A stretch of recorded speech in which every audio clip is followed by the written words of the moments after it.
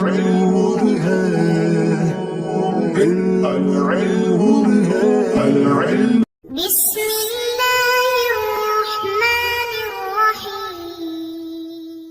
اللهم افتح علينا حکمتک وانشر علينا رحمتک یا والجلال والاکرام۔ تو جی ناظرین، الحمدللہ عز وجل ہدایت النحو کتاب ہماری جاری الساری ہے، اور آج ہم اس کا سبق نمبر 54 نمبر سبق انشاءاللہ عز وجل پڑھیں گے۔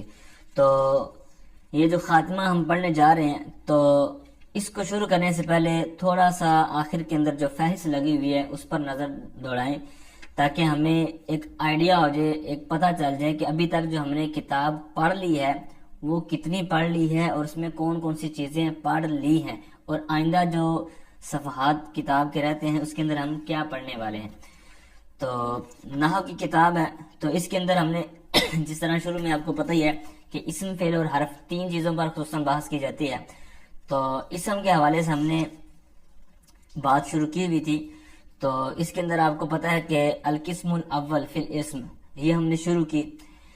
پھر اسم کے اندر آپ کو پتہ ہے کہ معرب اور مبنی دونوں چیزیں پائی جاتی ہیں، تو معرب کے حوالے سے پہلے بات شروع ہوئی، پھر اس کے تحت مرفوعات، منصوبات، مجرورات، پھر اسی طرح خاتمہ، اس کے اندر توابع وغیرہ تھے۔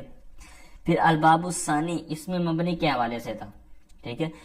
اب یہاں پر جو ہم خاتمہ پڑھ رہے ہیں، تو اس کے اندر جو مسائل بیان کیے جائیں گے، احکام بیان کیے جائیں گے، وہ معرب و مبنی کے علاوہ ہوں گے، ٹھیک ہے۔ تو وہ 10 فصلیں ہیں جس طرح کہ آپ دیکھ رہے ہوں گے۔ تو یہاں سے سبق نمبر 54 اور پھر ہمارا اسی خاتمے کی جو آخری فصل ہوگی اس میں تفضیل کے حوالے سے سبق نمبر 63۔ تو یوں سبق نمبر 63 تک ہمارا یہ جو اسم والی بحث ہے وہ انشاءاللہ عز و جل کلیئر ہو جائے گی۔ پھر آگے فعل کی اقسام، یعنی القسم الثانی جو فعل کے بارے میں ہے، تو اس کی 11 فصلیں ہیں انشاءاللہ عز و جل، وہ بھی غالباً 11 ہی اسباق میں انشاءاللہ آئیں گی۔ پھر اسی طرح آگے حروف کی بحث ہے، تو اس کی 17 جو فصلیں ہیں، تو انشاءاللہ ہو سکتا ہے کہ وہ 17 اسباق کے اندر آئیں، تو یوں ہماری جو کتاب ہے وہ کمپلیٹ ہو جائے گی۔ تو بہرحال ابھی جو ہمارا خاتمہ ہے اسم سے ریلیٹڈ، وہ میں نے بھی خلاصہ عرض کر دیا ہے کہ کس انداز میں یہ خاتمہ ہے۔ خاتمہ کتاب کا بھی ہوتا ہے، یہاں پر کتاب کا خاتمہ نہیں ہے، ٹھیک ہے، کیونکہ ابھی تو اسم کی بحث جاری ہے اور اسم کے آخری مراحل کے ہم قریب پہنچ چکے ہیں۔ تو یہاں پر ہمیں مزید 10 اسباق، ایک سبق آج کا ہو جائے گا، اس کے اندر پہلی فصل بھی ہم پڑھ لیں گے، اور بقیہ 9 فصلیں مزید آئیں گی 9 اسباق کے اندر۔ تو اس طرح ہمارا یہ اسم کا جو ٹاپک ہے یہ کمپلیٹ ہو جائے گا۔ تو بعض ٹاپک لمبے بھی ہوتے ہیں، طویل بھی ہوتے ہیں، جس طرح کہ آگے والا جو سبق ہے اسماء اعداد، یہ کافی طویل سبق ہے، لیکن میری نیت یہ ہوتی ہے کہ سبق کو، ایک ٹاپک کو ایک سبق کے اندر کلیئر کیا جائے، تاکہ بعد میں جو اسٹوڈنٹ سرچ کرنے میں، تلاش کرنے میں ان کو یوٹیوب سے یا دیگر جو ذرائع ہمارے ان سے لینے میں آسانی رہے، تاکہ جو بھی ایک ویڈیو دیکھیں ان کو ایک پورا ٹاپک مل سکے۔ تو آئیے بلا تاخیر سبق کی طرف بڑھتے ہیں۔ والخاتمۃ فی سائر احکام الاسم ولواحقہ غیر الاعراب والبناء، فرماتے ہیں کہ اور خاتمہ اسم کے بقیہ احکام کے بارے میں اور اس کے لواحق کے بارے میں، یعنی اسم کے احکام اور اسم کے جو لواحقات ہیں ان کے جو بقیہ احکام ہیں۔ سور لفظ آپ نے سنا ہوگا، جھوٹے پانی کو جس طرح آپ نے استعمال کیا نور الرضا کے اندر اس عبارت کو، لفظ کو، تو سور کہتے ہیں جھوٹے کو، تو کسی کا مطلب استعمال شدہ جھوٹا پانی۔ تو اب سور سے اگر اس کو مانا جائے تو سائد، تو مطلب ہوگا کہ بقیہ، ٹھیک ہے، بقیہ احکام۔ تو اب یہاں پر اسم کے اور اس کے جو لواحق ہیں ان کے جو بقیہ احکام ہیں وہ اس خاتمے کے اندر بیان کیے جائیں گے، جس طرح میں نے ابھی اوپر ڈیٹیل عرض کی، خلاصہ جو فہرست کے اندر کہ مبنی اور معرب اور اسی طرح دیگر جو چیزیں اسم کے حوالے سے وہ آپ نے ڈیٹیل کے ساتھ پہلے پڑھ لی ہیں، لیکن پھر بھی جو چیزیں ایکسٹرا بچ گئی ہیں اسم کے حوالے سے، کیونکہ ابھی خاتمہ ہم کر رہے ہیں اس ٹاپک کا، اس جو اسم والے ٹاپک کو سمپ کر رہے ہیں، مکمل کر رہے ہیں، اینڈ کی طرف لے کے جا رہے ہیں، تو لہٰذا جو چیزیں بچ گئی ہیں تو وہ خاتمے کے طور پر یہاں پر 10 فصلوں کے اندر انشاءاللہ آگے ہم پڑھنے جا رہے ہیں۔ تو یہی فرمایا کہ اسم کے اور اسم کے جو لواحق ہیں، ٹھیک ہے، ان کے جو بقیہ احکام ہیں ان کے بارے میں یہ خاتمہ ہے۔ اب سائر کے آگے صفت لگا رہے ہیں، کہتے ہیں غیر الاعراب والبناء، یہ احکام جو بقیہ ہیں وہ کس حوالے سے ہیں؟ کہتے ہیں اعراب یعنی معرب اور مبنی ہونے کے علاوہ، یعنی وہ ایسے احکام ہوں گے جو معرب اور مبنی ہونے کے علاوہ ہوں گے، ٹھیک ہے۔ تو بہرحال دوبارہ سماعت کرے ترجمہ کہ اور خاتمہ اسم کے بقیہ احکام اور اس کے لواحق، یعنی اسم کے لواحق کے بقیہ احکام کے بارے میں ہے، اسم کے بقیہ احکام اور اس کے لواحق کے بارے میں ہے، سوائے معرب اور مبنی ہونے کے، یعنی معرب اور مبنی ہونے کے علاوہ یہاں پر آگے بحث آ رہی ہے۔ اب ان کے اندر کتنی چیزیں شامل ہوں گی، کتنی فصلیں ہوں گی، کہتے ہیں وفیہا فصول، فیہا کی جو ضمیر کا مرجع وہ خاتمہ، اسی وجہ سے مؤنث لے کے اس کو، تو فرمایا کہ اس میں یعنی خاتمے کے اندر فصول چند فصلیں ہیں۔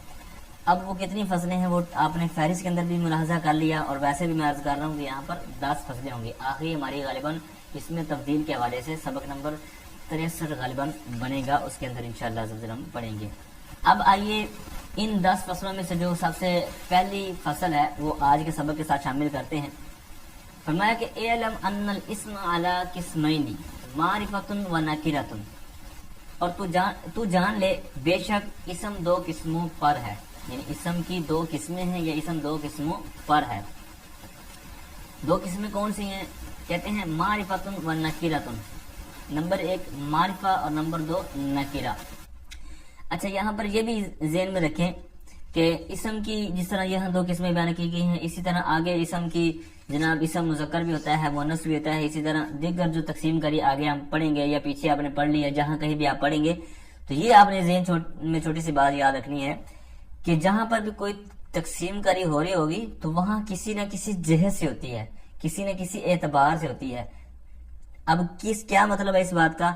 تو مطلب یہ ہے کہ جس طرح اب یہاں پر اسم کی 2 قسمیں ہیں تو یہ کس حساب سے ہیں؟ تو یہاں پر ہیں عموم اور خصوص کے اعتبار سے، یعنی ایک چیز عام ہے سب کو شامل ہے یا ایک ہی فرد کو شامل ہے خاص ہے، تو یہ جو عموم اور خصوص ہوتا ہے خاص اور عام والی بات ہوتی ہے، اس حساب سے اسم کی کتنی قسمیں بن جاتی ہیں، کتنی تقسیم کاری ہوتی ہے اس کے آگے، تو وہ یہاں پر بیان کر رہے ہیں کہ تو جان لے کہ بے شک اسم 2 قسموں پر ہوتا ہے، ٹھیک ہے۔ اسم کی 2 قسمیں ہیں، اس طرح بھی ترجمہ آپ کر سکتے ہیں، اور لفظی ترجمہ دیکھیں تو اسم بے شک اسم 2 قسموں پر ہے، یعنی اس کی 2 قسموں پر تقسیم کاری ہوتی ہے۔ اچھا تو یہ خصوص اور عموم کے اعتبار سے ہے۔ اب آگے 2 قسمیں ہیں تو دونوں کی انہوں نے آگے لف و نشر مرتب کے طور پر بیان کیا ہے۔ تو معرفۃ و نکرۃ، نمبر 1 ہے معرفہ اور نمبر 2 ہے نکرہ۔ اب اس کی جو اجمال کے بعد تفسیر ہے تو اس کی ترکیب 3 حوالے سے کی جاتی ہے، یہ میں نے پہلے عرض کیا ہوا ہے، کس انداز میں ترکیب کی جاتی ہے یہ بھی آپ کو میں نے عرض کیا ہوا ہے۔ اب پہلی ہے معرفہ، دوسری ہے نکرہ، تو پھر لف و نشر مرتب کے طور پر ان کے آگے مزید وضاحت کرنے کے لیے جا رہے ہیں۔ کہتے ہیں المعرفۃ اسم وضع لشیء معین۔ اب سب سے پہلے انہوں نے معرفہ پر جو حاشیہ نمبر 1 لگایا ہے وہاں پر بھی کچھ دیکھ لیں۔ کہتے ہیں یہ مصدر ہے معرفۃ، جس طرح کہ آپ کو بھی پتا ہے، تو معرفۃ اس کا اس میں مفعول آتا ہے معرف، جس طرح کہ آگے استعمال ہونے والا ہے۔ تو کہتے ہیں معرفہ جو مصدر ہے اس کا معنی ہے فارسی کا شناختن، لیکن کہتے ہیں یہ جو معنی ہے یہ لغوی معنی ہے، اصطلاحی معنی کیا ہے؟ تو پھر آگے کہتے ہیں کہ یہ مصدر مبنی للمفعول ہے، جس طرح میں نے بھی عرض کیا کہ المعرف، یہ معرف جو ہم پڑھتے ہیں تو جس طرح آگے معرب اللام، معرب الندا وغیرہ آگے استعمال ہو رہا ہے، تو یہ جو معرف ہے یہ اصطلاحی طور پر اس کو اس معنی میں لے لیں جس کو معرفہ کیا گیا، ٹھیک ہے۔ تو اب یہاں پر المعرفۃ بمعنی المعرف، یعنی یہ جو معرفہ، یعنی جس طرح معرفۃ و نکرۃ، یہ جو معرفہ اور نکرہ کی بات ہوئی تو یہاں پر یہ معرف کے معنی میں ہے، یعنی جس کو معرفہ کیا گیا یا جس کو نکرہ کیا گیا، ٹھیک ہے۔ تو اسم کی کتنی قسمیں ہیں؟ 2 قسمیں ہیں، تو اسم 2 قسموں پر ہے، معرف یعنی جس کو معرفہ کیا گیا، اور نکرہ جس کو نکرہ کیا گیا، یعنی اس کی بھی آگے بات آ رہی ہے۔ اب یہاں پر انہوں نے کہا آگے جو تعریف کے اندر کہ معرفہ وہ اسم ہے کہ جس کو کسی معین شے کے لیے وضع کیا گیا ہو، جس کو بنایا گیا ہو، مقرر کیا گیا ہو، وضع کیا گیا ہو کسی معین شے کے لیے۔ اب یہاں پر معین پر انہوں نے جو حاشیہ لگایا ہے یہاں پر بھی بہت زبردست معلوماتی چیزیں ہیں۔ کہتے ہیں کہ جو بشیء معین، اب یہاں پر یہ جو شے معین کا ذکر کیا گیا کہتے ہیں یہ عام ہے، یعنی عام ٹھیک ہے، عام ہے، یعنی ایک اس کے اندر ایک تعمیم ہے، بہت سی چیزیں اس کے اندر شامل ہو جاتی ہیں. کون کون سی؟ کہتے ہیں یا تو فرد معین ہو سکتا ہے جس طرح زید والرجل اور رجل، یا پھر کہتے ہیں جنس معین بھی ہو سکتا ہے جیسے اسامہ. اب یہ شیر جو ہے، شیر کی جنس کا ایک نام ہے، ٹھیک ہے، اسامہ. اسی طرح جماعت معینہ بھی ہو سکتی ہے، ٹھیک ہے، یعنی اس کے جمعی افراد کو یا اس کے بعض افراد کو شامل ہوگا، یعنی جس طرح الف لام استغراق یا جو معہود ہے عہد، تو یہاں جو استعمال ہو رہا ہوگا تو اس لحاظ سے اس کے اندر کنڈیشن بن جاتی ہے، ٹھیک ہے. تو شے معین کے لیے وضع کیا گیا ہو، یعنی معرفہ کیسے کہتے ہیں کہ وہ اسم ہے جس کو معین شے کے لیے وضع کیا گیا ہو. پھر اس کے اندر تعمیم ہے جو میں نے ابھی آپ کے سامنے رکھی.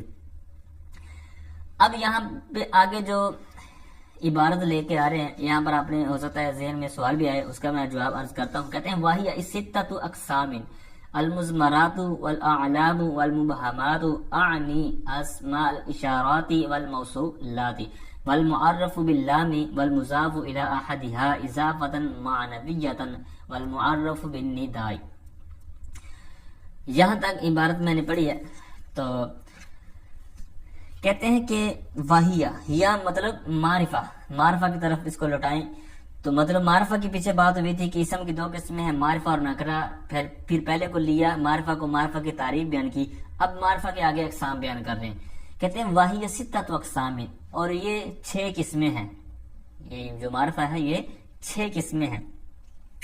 اب 6 قسمیں ہیں. ذہن میں سوال آتا ہے، ذہن میں سوال پیدا ہوتا ہے، اعتراض پیدا ہوتا ہے کہ بھائی ہم نے جو بیسک کتاب پڑھی ہے اردو کے اندر، یا کوئی بھی بیسک ہم نے پڑھی ہے اس سے پہلے نحو کی، تو وہاں تو معرفہ کی 7 اقسام بیان کی جاتی ہیں، تو یہاں پر 6 کہہ کر ہمیں شش و پنج میں مبتلا کیوں کیا گیا؟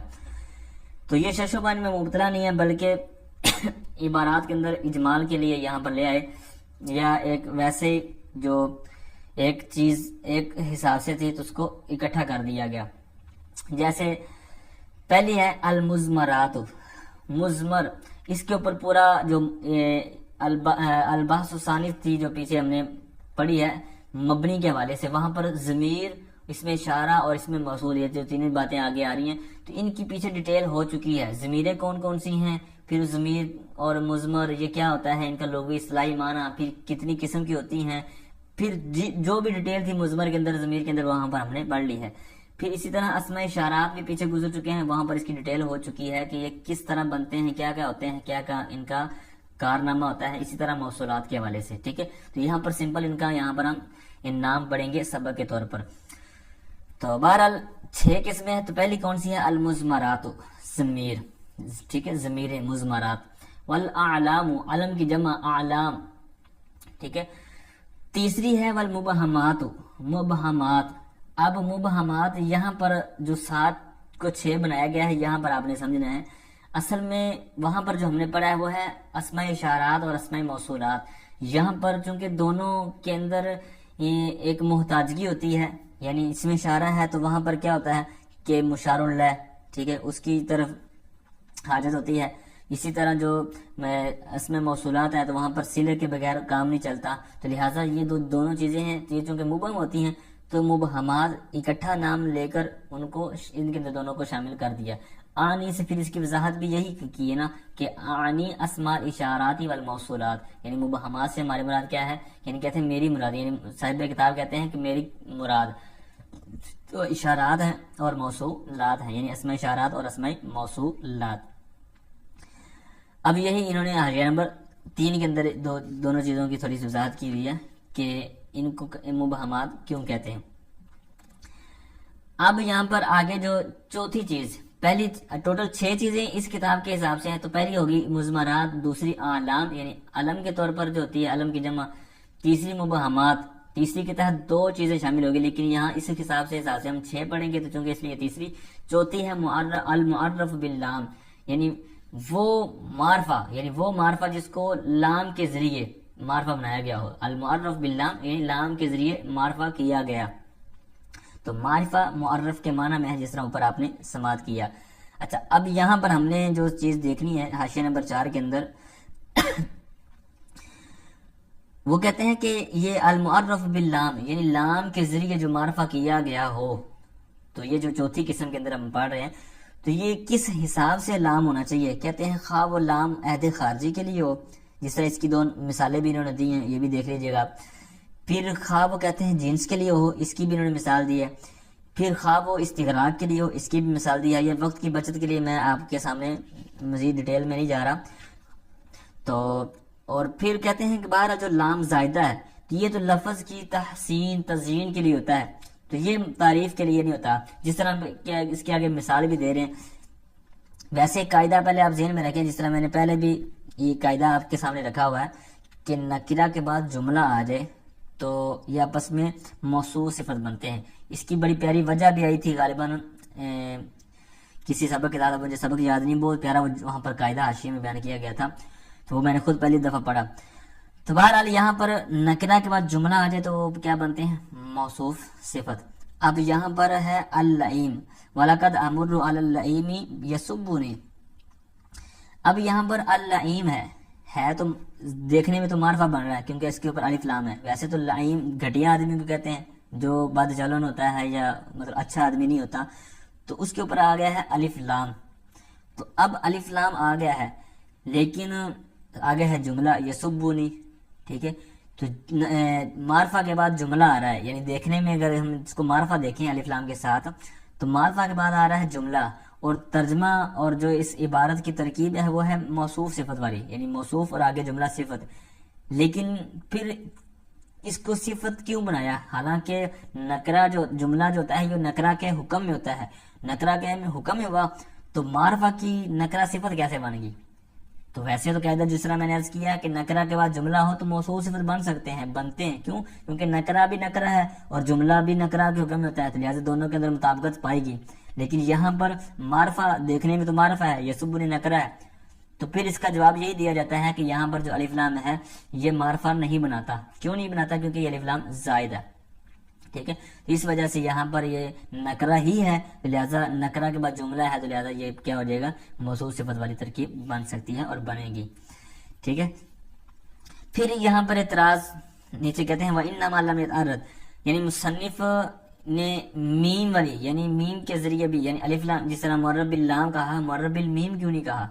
ٹھیک ہے. جس طرح یہ شروع میں بھی بات ہوئی تھی ایک دفعہ کہ بعض احادیث کے اندر میم کے ساتھ بھی معرفہ، یعنی جس طرح الف لام ہے تو وہاں پر الف، جس طرح آگے حدیث پاک بھی انہوں نے لکھی ہوئی ہے لیس من البر، ویسے ہے لیس من البر، تو یہاں پر الف لام کی جگہ پر الف کے بعد میم لکھا ہوا ہے. تو یعنی یہی بات پیچھے کر رہے ہیں کہ لیس للمعرف بالمیم، یعنی اس بات کو کیوں نہیں ذکر کیا؟ معرب باللام کہا ہے مصنف نے، ماتن نے، معرب بالمیم کیوں نہیں کہا؟ تو کہتے ہیں اس وجہ سے کہ وہ لام سے ہی بدلا ہوا ہے، اس لیے اس کی طرف مصنف نہیں گئے. اچھا جی، اگلے صفحے پر آ جائیں. کہتے ہیں والمضاف الی احدها اضافتا معنویتا، کہتے ہیں کہ اور مضاف الی احدها یعنی ان میں سے کسی کی طرف اضافت کر دینا، اضافت معنویہ کے طور پر. اب الی احدها ہا کا مرجع ہے، یعنی جو پیچھے والی چیزیں بیان ہو چکی ہیں نا، یعنی مضمرات، اعلام، اسم اشارات، اسم موصولات اور معرب باللام، یعنی ٹوٹل 5 ہیں، یعنی اس کتاب کے حساب سے 4 ہیں، ویسے 5 پیچھے گزر چکی ہیں. چھٹی یہ ہے معرفہ کی چھٹی قسم مضاف الی احدها، یعنی پہلے جو مضاف الی احدها سے پہلے والی جو 5 قسمیں گزر چکی ہیں تو ان میں سے کسی کی طرف کوئی چیز آپ مضاف کر دیں گے تو اب اس کی طرف جو اضافت کریں گے وہ اضافت، پھر اضافت کی بھی 2 قسمیں ہیں، اضافت لفظیہ بھی ہوتی ہے، اضافت معنویہ بھی ہوتی ہے. تو اب یہاں پر کون سی اضافت کرنی ہے یہ انہوں نے خود ہی آگے اس کی صفت لگا دی اضافت کی، کہتے ہیں اضافت معنویہ کے طور پر، یعنی کسی چیز کو ان میں سے کسی کی طرف، یعنی پہلی جو 4 قسمیں یا 5 قسمیں پچھلے صفحے پر گزر چکی ہیں ان کی طرف آپ کسی کو اضافت معنویہ کے طور پر اس کی طرف نسبت کر رہے ہیں. تو اضافت جب کریں گے اضافت معنویہ کے طور پر تو اب کہتے ہیں کہ یہ جو اضافت ہوگی معنویہ کے طور پر تو یہ بھی معرفہ بنا دے گی. اب آپ کو پتہ ہے اضافت کی 2 قسمیں ہوتی ہیں، اضافت لفظیہ، اضافت معنویہ. اضافت لفظیہ تخفیف کا تو فائدہ دیتی ہے، معرفہ بنانے کا فائدہ دیتی نہیں ہے، تعریف کا فائدہ ہی نہیں دیتی، تو اس لیے اضافت معنویہ کی قیادت لگائی. اب مزید اضافت لفظیہ، اضافت معنویہ کی ڈیٹیل جو ہے وہ ہمارا صفحہ نمبر اسی کتاب کا 107 اور یہ سبق نمبر ہمارا 37 گزرا ہے، ٹھیک ہے، المقصد الثالث کے اندر. تو وہاں پر پڑھ لیجیے گا، انشاءاللہ کافی آپ کو معلومات ملے گی اگر آپ نے نہیں سنا ہمارا سبق. تو ویسے اگر کتاب آپ پڑھ رہے ہیں تو انشاءاللہ یقیناً آپ نے وہ پڑھا ہوگا. تو پھر بھی اگر ذہن میں نہیں ہے وہ ٹاپک لفظیہ اور معنویہ والا تو وہ ضرور ایک دفعہ دہرا لیں. اور یہ بھی ایک ذہن میں اپنا ایک اصول بنا لیں اور ایک اپنی نیچر بنا لیں کہ درس و تدریس کے اندر یا پڑھنے پڑھانے کے اندر جب کسی چیز کی ضرورت پڑے نا، یعنی جس طرح ابھی ہمیں یہ ضرورت پڑی کہ اضافت معنویہ، اب یہاں پر جو ہم ٹاپک پڑھ رہے ہیں، آج کا سبق پڑھ رہے ہیں، اس کے اندر اس کی ڈیٹیل نہیں بیان کی گئی، لیکن ہم اس کی ڈیٹیل پہلے پڑھ چکے ہیں. ٹھیک ہے، ایک بات تو یہ ہے کہ ہم پہلے اس چیز کو پڑھ چکے ہوں تو وہ بھی ہمیں دہرا لینی چاہیے. جس طرح مثال کے طور پر آج کا ہم سبق پڑھ رہے ہیں اور ہم یہ سبق تو ہمیں سمجھ آ گیا اس کی ڈیٹیل کے بغیر بھی، لیکن پھر بھی ہم اپنی نالج کے لیے، اپنے علم کی مزید بڑھوتری کے لیے، اضافے کے لیے مزید اس ٹاپک کو وہاں سے پڑھ لیں گے تو اس طرح مزید 4 چاند لگ جائیں گے، بلکہ مدینے کے 12 چاند لگ جائیں گے. ٹھیک ہے، تو لہٰذا کوشش کرنی چاہیے کہ اپنے سبق سے ریلیٹڈ مختلف جگہوں سے پڑھتے رہیں.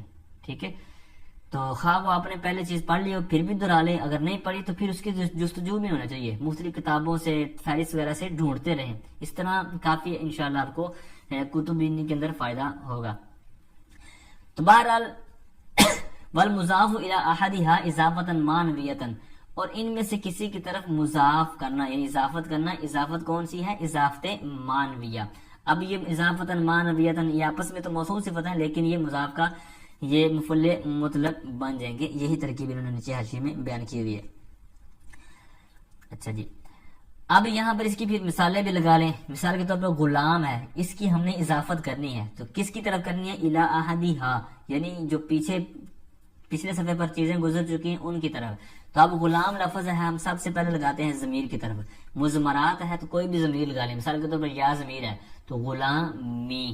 اب یہاں پر غلامی یا ضمیر کی طرف اضافت ہوئی تو اب یہ غلام بھی معرفہ بن جائے گا، کیونکہ اس کی معرفہ کی قسم ہے پہلی، اس کی طرف اضافت ہوگی. اگر علم مراد لے لیں یعنی زید، عمر، بکر جو بھی ہے تو اس کی طرف اگر غلام کی اضافت کر دیں، جیسے غلام زیدن، غلام بکرن، ٹھیک ہے، تو یہ بھی معرفہ بن جائے گا دوسری قسم کے حساب سے. پھر کہا مبہمات کی طرف، یعنی اس میں اشارہ ہے تو اس میں اشارہ حاضہ ہے تو غلام حاضہ. ٹھیک ہے، تو اب اس میں اشارہ کی طرف اضافت کی تو یہ بھی معرفہ غلام بن گیا. اسی طرح اس میں موصول ہے، اس میں موصول کوئی بھی لے لیں، الذی وغیرہ، تو غلام الذی ضربک، یا اسی طرح کوئی بھی آپ مثال لگانا چاہیں تو اس مثال کے شروع میں غلام لگا لیں، نہیں نکرہ لگا لیں، وہ معرفہ بن جائے گا. اس کی اضافت کرنی ہے اضافت معنویہ کے طور پر. اس میں موصول کی بھی مثال ہوگی. پھر ہے معرب باللام، تو معرب باللام یعنی غلام الرجل، یعنی الرجل یہ جو معرب باللام ہے تو اب غلام جو ہے تو یہ نکرہ ہے تو اس کی اضافت اس کی طرف کر دیں گے الرجل کی طرف. تو یہ کون سی مثال بن جائے گی کہ یعنی ایک لفظ کی یعنی اضافت کی ہم نے معرب باللام کی طرف. تو یوں میں نے سب کی مثالوں کے ساتھ آپ کو وضاحت کر دی کہ کس طرح المضاف الی احدھا اضافۃ معنویۃ کی مراد ہے.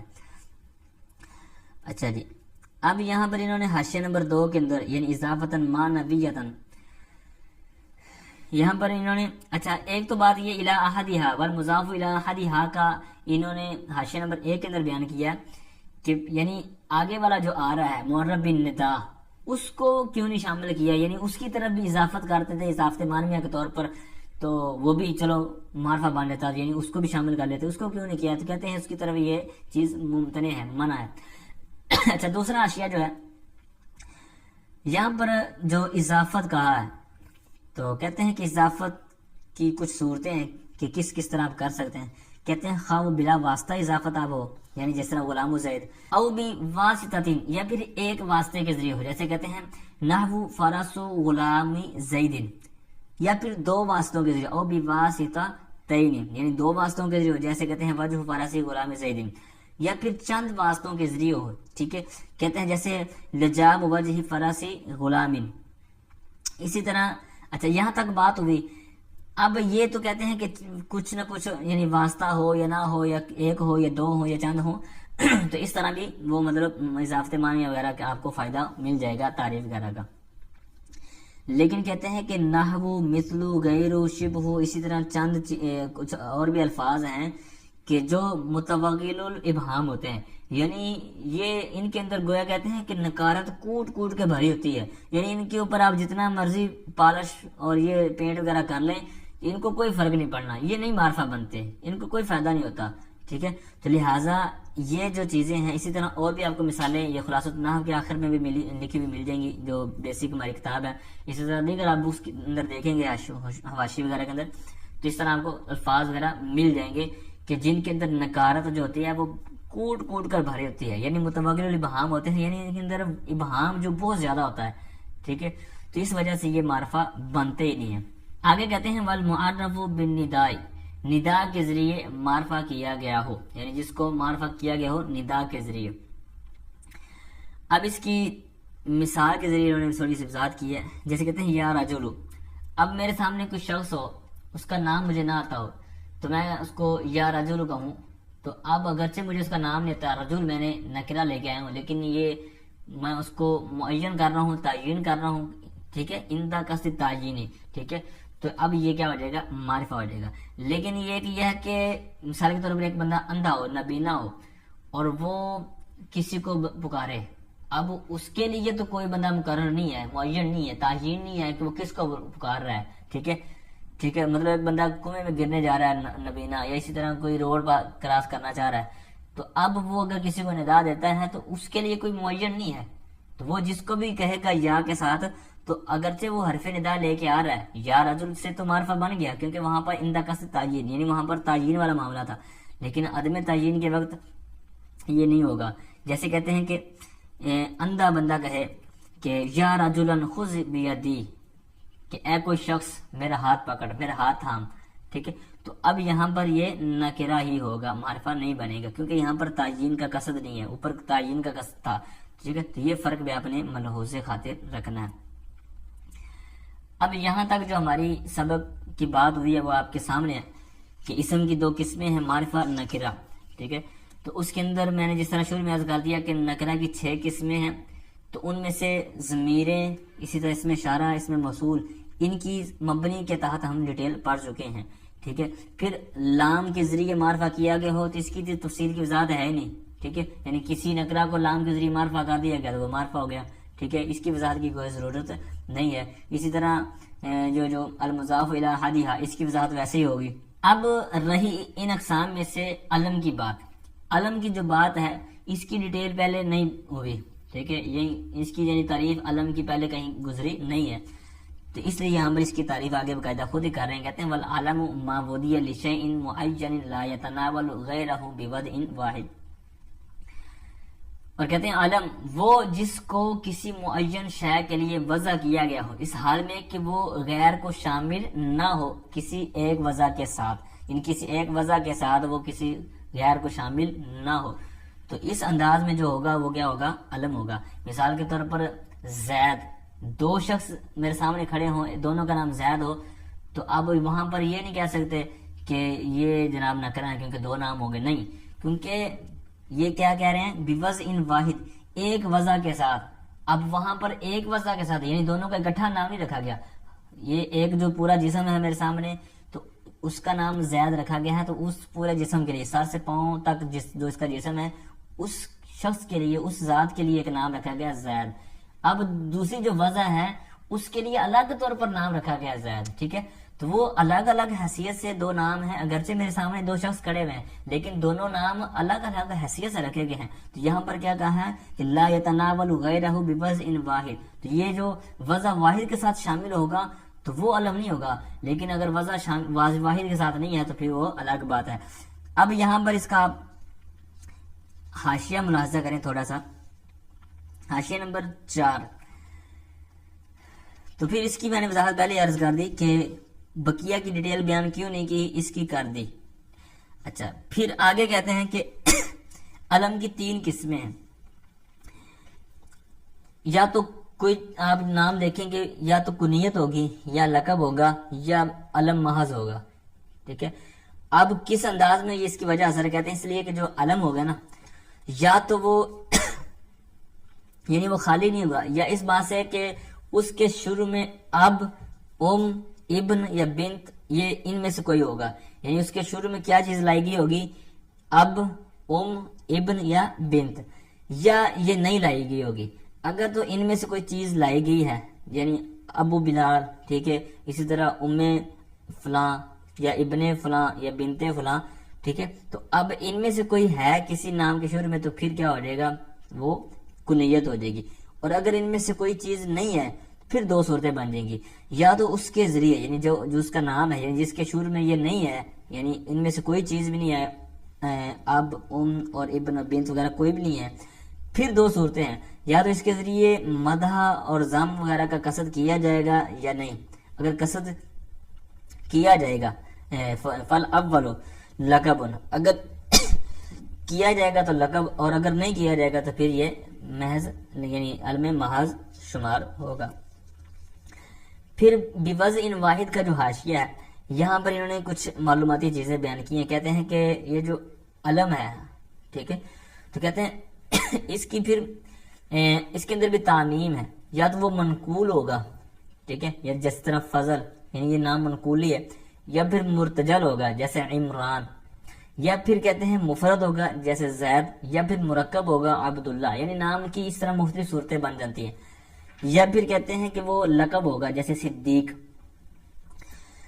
اللہ اکبر.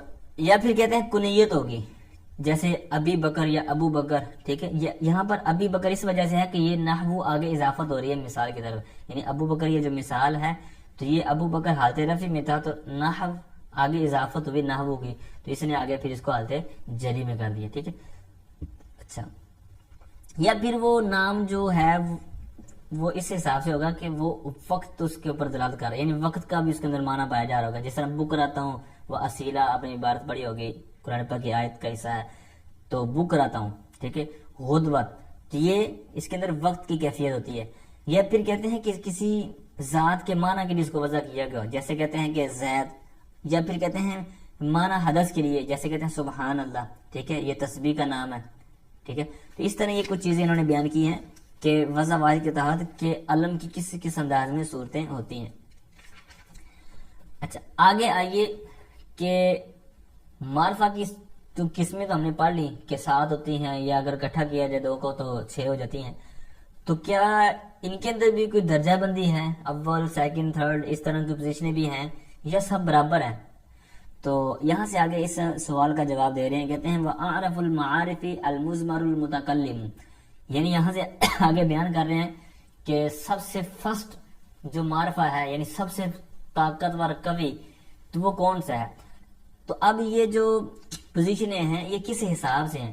تو یہ سمپل سی چیز ہے کہ جس کے اندر جتنی کشادگی ہوگی, یعنی جس کے اندر ابہام ہوگا تو وہ اتنا نیچے چلتا جائے گا, اور جو تنہا پاورفل ہوگا, بہادر ہوگا, اور اس کے ہوتے ہوئے کسی ابہام اور التباس کی کوئی پریشانی والا معاملہ نہیں ہے, تو وہ اتنا فرسٹ پوزیشن پر ہوگا. تو اب کہتے ہیں وَأَعْرَفُ الْمَعَارِفِ الْمُزْمَرُ الْمُتَكَلِّمُ نَحْوُ أَنَا وَنَحْنُ. کہتے ہیں اعرف المعارف یعنی سب سے زیادہ, یعنی معرفوں میں سے سب سے جو زیادہ معرفہ ہے وہ ضمیر متکلم ہے. جس طرح انا نحنو, اب جس طرح متکلم ہو تو اب انا نحنو اس انداز میں اگر گفتگو کرنے والا یا متکلم جو ہوتا ہے اس کے اندر ابہام نہیں رہتا کہ بولنے والا کون ہے, یا اس کے اندر جناب کسی کو شبہ لگے یار کہ میں ہوں نا. جو بولنے والا ہے متکلم ہے تو اس کے اندر کوئی ابہام نہیں ہوتا. اب ضمیر متکلم کے بعد ہے ضمیر مخاطب, ٹھیک ہے. ثم المخاطب, مخاطب پڑھیں گے تو یہ پھر متکلم ہی بن جائے گا, ٹھیک ہے. یعنی خطاب کرنے والا اور جس سے خطاب کیا گیا ان کے اندر فرق ہے. مخاطب ہوگا تو اس کا مطلب یہی ہے جو پہلی بات ہوگی المتکلم والی. اگر مخاطب ہے اور یقیناً مخاطب ہے جو ابھی ہم بات کرنے والے ہیں تو پھر وہاں پر زبر پڑھنا ضروری ہوگا, اس میں مفعول کا صیغہ. تو ثم المخاطب نحو انت, پھر دوسرا جو سٹیپ ہے وہ کس کا ہے؟ مخاطب کا. اب اس کی وجہ دوسرے نمبر پر آنے کی ایک تو یہ ہے کہ جس طرح 2-3 بندے سامنے مخاطب ہوں میں سے, تو اب میں کسی کو پکاروں تو اب اس کے اندر تھوڑا سا ابہام ضرور ہے کہ سامنے والے 2 بندے بیٹھے ہیں یا 4 بیٹھے ہوئے ہیں, تو میں ایک کو پکاروں تو ساتھ والے کو لگے کہ شاید مجھے بھی پکارا ہے, ٹھیک ہے. یعنی تھوڑی سی اس کے اندر تو ہوتی ہے, اس لیے اس کو دوسرے نمبر پر رکھا. ثم الغائب, پھر تیسرے نمبر پر ہے غائب, کہ اس کے اندر زیادہ ابہام ہوتا ہے کہ غائب کون سا ہو سکتا ہے. اب ضمیر جو پہلی قسم تھی المزمرات, تو ان کے اندر 3 سٹیپ ہو گئے, متکلم, خطاب اور غائب. اب پھر آگے آتی ہے بات علم کی. اچھا, علم اس کے بعد آتی ہے ثم المبہمات، پھر مبہمات. مبہمات کے اندر آپ کو پتہ ہے کہ اسماء اشارات اور اسماء موصولات دونوں چیزیں شامل تھیں. پھر آتی ہے بعد المعرف باللام، یعنی جس طرح سبق کے اندر متن کے اندر چیزیں گزری نا ترتیب کے ساتھ، یہاں پر بھی اسی طرح آ رہی ہیں. پھر کس کی باری ہے؟ کہتے ہیں ثم المعرف بالندا، پھر ندا کے ذریعے یعنی حرف ندا کے ذریعے کسی کو معرفہ کیا گیا ہو تو اس کا سٹیپ آتا ہے. پھر آخر میں کہتے ہیں والمضاف فی قوت المضاف الیہ. اب یہاں پر معرب ندا انہوں نے پہلے بیان کر دیا اور سبق کے اندر یہ آخر میں تھا، اور درمیانی والی بات یہاں پر آخر میں نہیں. کہتے ہیں والمضاف فی قوت المضاف الیہ، کہتے ہیں مضاف مضاف الیہ کی قوت میں ہوتا ہے، یعنی جس کی طرف آپ نے اضافت کی ہے تو جو اس کی پاور ہوگی، جو اس کی طاقت ہوگی وہ اس کی شمار ہوگی. لیکن اس کے اندر بھی اختلاف ہے، وہ بڑی کتابوں کے اندر آپ پڑھیں گے. جس طرح پھر میں نے مثالیں دے کر آپ کو عرض کیا تھا، غلامی، غلام زید، غلام حاضہ، غلام الذی ضربک، غلام الرجل. ٹھیک ہے، تو جس طرح کا مضاف لے ہوگا تو جو مضاف ہے تو وہ اسی قوت میں بن جائے گا. امید کرتا ہوں یہ بات آپ کو سمجھ آگے ہوگی کہ والمضاف فی قوت المضاف الیہ. تو یہ جو میں نے مثالیں عرض کی تھی اور یہ جو اوپر والی وہ اعرف المعارف والی یہ ساری چیزیں تو ان کے اوپر غور کریں گے تو مزید آپ کو واضح ہو جائے گا. اچھا، پھر آگے کہتے ہیں دوسری قسم، یعنی اسم کی دو قسمیں تھیں یا اسم دو قسموں پر تھا، تو معرفہ اور نکرہ. تو معرفہ کی یہاں تک ساری ڈیٹیل مکمل ہو چکی. اب آگے کہتے ہیں وَالنَّكِرَةُ مَا بُدِئَ لِشَيْءٍ غَيْرِ مُعَيَّنٍ كَرَجُلٍ وَفَرَسٍ. کہتے ہیں اور نکرہ وہ جس کو وضع کیا گیا ہو غیر معین شے کے لیے، یعنی غیر معین شے کے لیے کسی کو وضع کیا گیا ہو، جیسے رجل اور فرس، راجم لام، رجل اور فرسن. اب جن کے لیے وضع کیا گیا ہے وہ معین نہیں ہے، وہ کوئی بھی رجل ہو سکتا ہے، یعنی کوئی بھی فرد ہو سکتا ہے، کوئی بھی مرد ہو سکتا ہے. اسی طرح گھوڑا ہے تو گھوڑا کوئی بھی ہو سکتا ہے، لیکن اگر اس کے اوپر معرفہ والی صورتیں جاری کریں گے تو وہ معرفہ بن جائے گا. ٹھیک ہے، لیکن یہ چونکہ نکرہ کی تعریف ہے تو اسی حساب سے انہوں نے دو مثالیں آپ کے سامنے رکھی ہیں. ٹھیک ہے، تو اب یہ تو تھا ہمارا سبق. اب یہاں پر ایک بات یاد آئی کہ یہاں پر تو انہوں نے کہا کہ ضمیر متکلم، پھر ضمیر خطاب، اسی طرح یہ ساری انہوں نے ایک ڈیٹیل بیان کی ہے. لیکن امام سیبویہ شاید ان کے حوالے سے ایک میں نے واقعہ کہیں پڑھا تھا کہ ان کی بخشش کا سبب کیا بنا. تو کسی نے خواب میں دیکھا تو پھر خواب میں جو بات چیت ہوئی تو ان کا جو جواب تھا بخشش کے بارے میں پوچھا گیا کہ آپ کی بخشش کی کیا وجہ بنی، آپ کے ساتھ کیا معاملہ بنا. تو کہتے ہیں کہ اللہ نے میری بخشش فرما دی. وجہ کیا بنی؟ کہتے ہیں کہ وجہ یہ تھی کہ میں نے معرفہ میں سے، یعنی یہ جو معرفہ کی ایک ترتیب ہے کہ سب سے اعلیٰ معرفہ کون سا ہے، تو کہتے ہیں کہ میں نے کہا تھا کہ سب سے جو عارف المعارف ہے نا، یہ سب سے جو زیادہ معرفہ ہے وہ ہے اللہ کی ذات، یعنی اللہ کا جو اسم جلالت ہے، اللہ اسم جلالت شریف. تو یہ جو ذات ہے، یہ جو نام ہے، یہ سب سے جناب معرفہ ہے.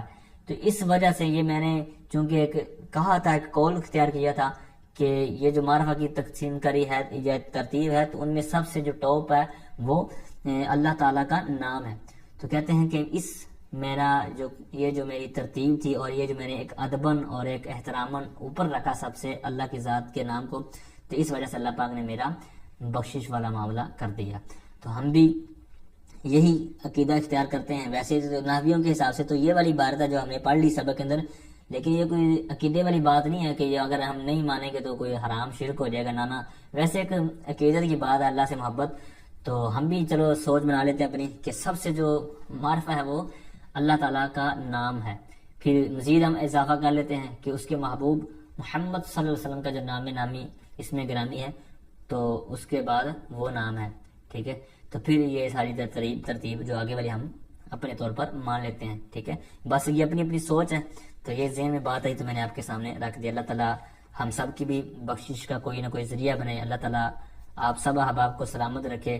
کافی عرصے کے بعد وقت ملا اور یہ سبق شروع کیا. اللہ سے دعا کرتے ہیں کہ اللہ تعالیٰ ہمیں استقامت دے اور مزید یہ جلد از جلد